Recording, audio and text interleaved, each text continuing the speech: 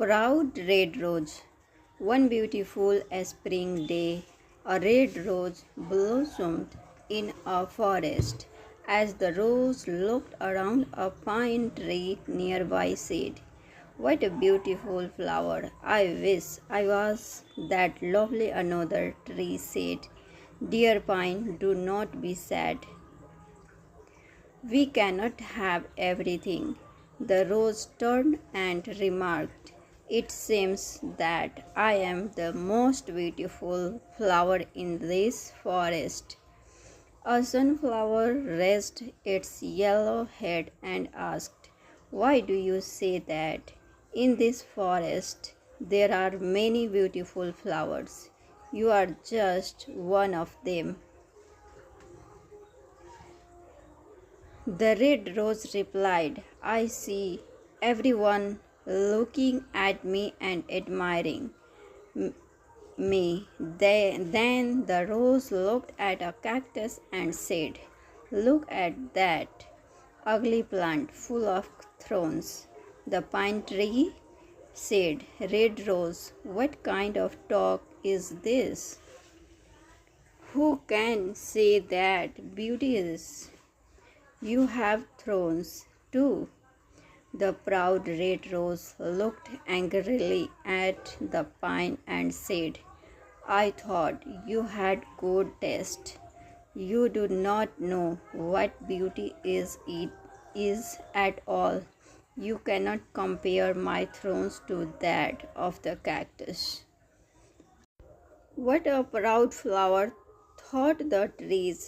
The rose tried to move its roots away from the cactus, but it could not move. As the days passed, the red rose would look at the cactus and say insulting things like, "This plant is useless. How sorry I am to be his neighbor." The cactus never got upset and even tried to advise the rose, saying God did not create any form of life without a purpose. As spring passed and the weather became very warm, life became difficult in the forest as there was no rain. The red rose began to wilt. One day the rose saw sparrows stick their beaks into the cactus and then fly away, refreshed. This was puzzling, and the red rose asked the pine tree what the birds were doing. The pine tree explained that the birds were getting water from the cactus. "Does it not hurt when they make holes?" asked the rose. "A sparrow, yes, but the cactus does not like to see the birds suffer," replied the pine. The rose opened its eyes in wonder and exclaimed, "The cactus has water. You can also drink from it. The sparrow can bring water to you if you ask the cactus for help."